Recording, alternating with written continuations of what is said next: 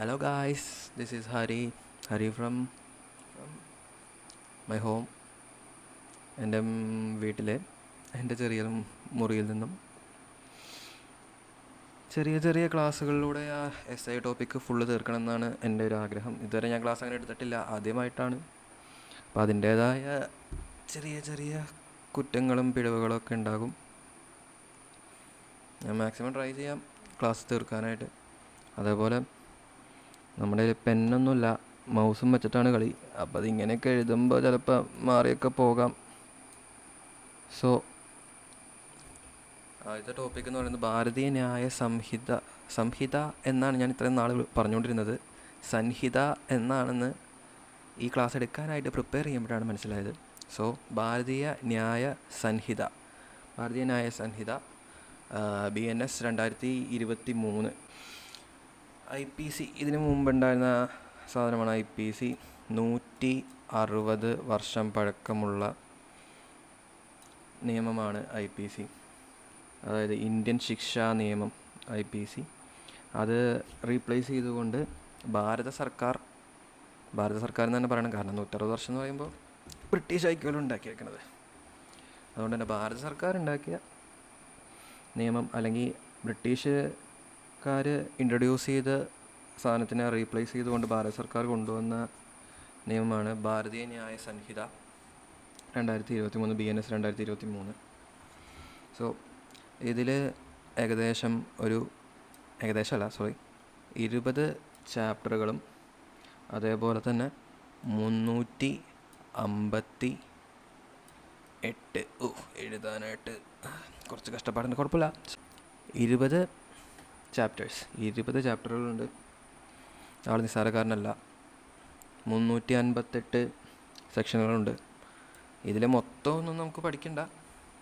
നമ്മുടെ സിലബസിൽ പറഞ്ഞേക്കണ പോലെ കുറച്ച് ടോപ്പിക്കുകൾ മാത്രമേ ഞാൻ ഇതിലൂടെ പറയുന്നുള്ളൂ. അപ്പോൾ വലിച്ചു നീട്ടുന്നില്ല. അപ്പോൾ 160 വർഷം പഴക്കത്തിലധികം പഴക്കമുള്ള ശിക്ഷാ നിയമമാണ്, ഇന്ത്യൻ ശിക്ഷാ നിയമമാണ് IPC എന്ന് പറയുന്നത്. അതിനെ റീപ്ലേസ് ചെയ്ത് ഭാരതീയ ന്യായ സംഹിത വന്നു. BNS 2023 ഭാരതീയ ന്യായ സംഹിത. ഇനി നമുക്ക് കുറച്ച് ഇന്നത്തെ ക്ലാസ്സിൽ ഞാൻ മെയിനായിട്ട് പറയാൻ ഉദ്ദേശിക്കുന്ന കാര്യങ്ങളെന്ന് വെച്ച് കഴിഞ്ഞാൽ ഇതിൻ്റെ ഒറിജിൻ നമുക്ക് പറയണം. എന്നാലേ ഒറിജിൻ ഞാൻ ഇപ്പോൾ പറഞ്ഞു കഴിഞ്ഞു, അത്രേ ഉള്ളൂ, വേറെ ഒന്നുമില്ല. 660 വർഷം IPC എന്നാണ് വന്നത്. അതേപോലെ അതിൻ്റെ കാര്യങ്ങളെന്ന് പറയുന്നത് മെയിനായിട്ട് 20 അധ്യായം 358 സെക്ഷൻസാണുള്ളത്. അത്രയും പറഞ്ഞു കഴിഞ്ഞു.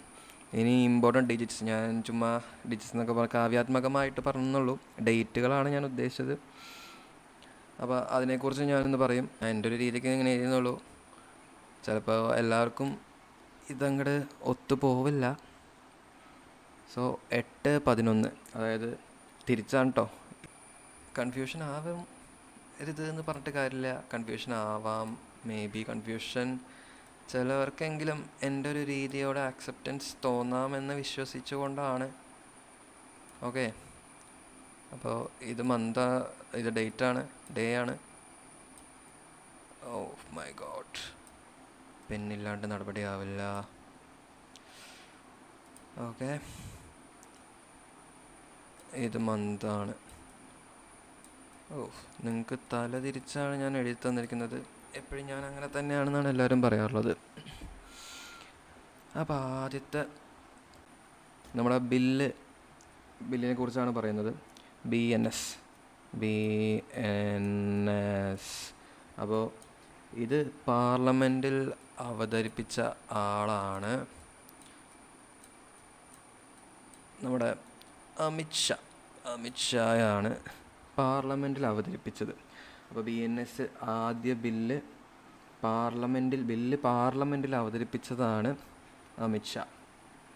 അപ്പോൾ ബില്ല് അവതരിപ്പിച്ച ഡേറ്റാണ് 2023 ഓഗസ്റ്റ് 11. 2023 ഓഗസ്റ്റ് 11. 2023 ഓഗസ്റ്റ് 11. അപ്പോൾ ബില്ല് അവതരിപ്പിച്ചത് 2023 ഓഗസ്റ്റ് 15-നാണ്. അതിനുശേഷം ബില്ല് സ്റ്റാൻഡിംഗ് കമ്മിറ്റി പരിശോധനയ്ക്കൊക്കെ അയക്കാൻ ഇടയായി. കുറേ തിരുത്തലുകളൊക്കെ ഉണ്ടെന്നൊക്കെ പറയുന്നത്. അപ്പോൾ അതുകൊണ്ട് തന്നെ ആ കമ്മിറ്റിയുടെ ശുപാർശ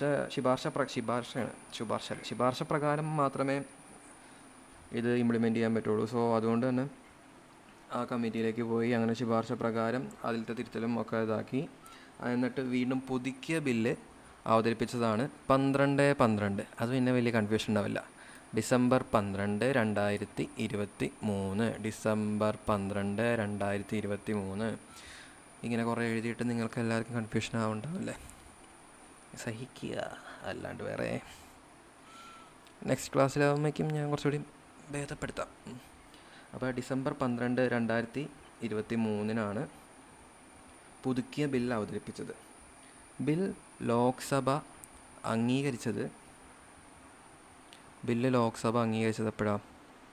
ബില്ല് ലോക്സഭ അംഗീകരിച്ചത് ഡിസംബർ മാസം തന്നെ 20-ാം തീയതി 2023 ഡിസംബർ 20. ദെൻ 21-ാം തീയതി രാജ്യസഭ അംഗീകരിച്ചു. അതിനുശേഷം 25-ാം തീയതി പ്രസിഡൻ്റ് ഒപ്പുവെച്ചു. ഇത്രയും കറക്റ്റ് സെറ്റാണോ? അപ്പോൾ ഓഗസ്റ്റ് 11-ാം തീയതി എന്ത് സംഭവിച്ചു? അപ്പോൾ അമിത്ഷാ പാർലമെൻറ്റിൽ ബില്ല് അവതരിപ്പിച്ചതാണ് ഓഗസ്റ്റ് 11, 2023. അപ്പോൾ 11-ാം തീയതി ബില്ല് അവതരിപ്പിച്ചു. എന്നിട്ട് അത് സ്റ്റാൻഡിംഗ് കമ്മിറ്റിക്ക് പോയി. അതിനുശേഷം ഡിസംബർ 12-ാം തീയതി ബില്ല് വീണ്ടും രണ്ടാമത് അവതരിപ്പിച്ചത് ഡിസംബർ 12-ാം തീയതി. അപ്പോൾ 12-ാം തീയതി വീണ്ടും ബില്ല് അവതരിപ്പിച്ചു. അതിനുശേഷം ഡിസംബർ 12-ാം തീയതി വീണ്ടും ബില്ല് അവതരിപ്പിച്ചു. അതിനുശേഷം 20-ാം തീയതി ലോക്സഭ അംഗീകരിച്ചു. തൊട്ടടുത്ത ദിവസം 21-ാം തീയതി രാജ്യസഭ അംഗീകരിച്ചു. പിന്നെ നമ്മുടെ ക്രിസ്മസിൻ്റെ അന്ന് നമ്മൾ പടക്കമൊക്കെ പൊട്ടിച്ച പോലെ അങ്ങോട്ട് 25-ാം തീയതി പ്രസിഡൻ്റ് ഒപ്പം ഇട്ടു. അപ്പോൾ 2023 ഡിസംബർ 25-ന് പ്രസിഡൻ്റ് ഒപ്പുവെച്ചു. അപ്പോൾ നമ്മുടെ BNS 2023 എന്നാണ് നമ്മൾ പറയണത് അല്ലേ? അപ്പോൾ ഈ സാധനം നിയമം നിലവിൽ വന്നത് 2024-ലാണ്. പക്ഷേ 2023 കാരണം പാസ്സായതും രാഷ്ട്രപതി അംഗീകരിച്ചതൊക്കെ 2023-ലാണ്. അതുകൊണ്ട് തന്നെ BNS 2023 നമ്മൾ പറയുള്ളൂ. പക്ഷേ 2024-ലാണ് ഇത് നിലവിൽ വന്നത്. നമ്മുടെ ആ എലക്ഷൻ കഴിഞ്ഞിട്ടുള്ള ആ ഒരു ടൈമാണ്. അപ്പോൾ 24 ജൂലൈ 1-ാം തീയതി തന്നെ സാറിങ്ങടെത്തി. 24 അപ്പോൾ 2024 ജൂലൈ എന്നൊക്കെ പറഞ്ഞാൽ മനസ്സിലാവുക. ജൂലൈ 1-ാം തീയതി